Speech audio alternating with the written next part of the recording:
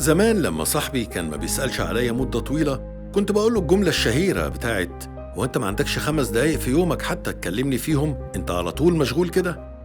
بعدين بصراحة اكتشفت إنك ممكن تفضى في يومك ساعة مش 5 دقايق.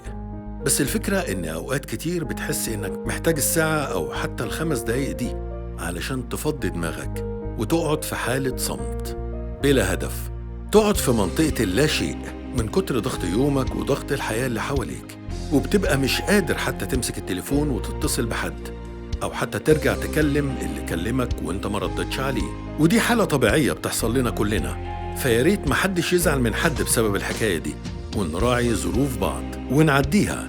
وفي نفس الوقت مطلوب مننا كلنا إننا نكلم بعض، لأن مش دايما السكوت بيبقى مفيد، لأنك بتبقى محتاج برضو تحكي وتفضفض للي حواليك، خصوصا من أهل الثقة. المهم نلتمس لبعض الأعذار ونراعي ضغط الحياة اللي حاصل علينا كلنا. ربنا يريح بالنا جميعا. هذه رسالة موجهة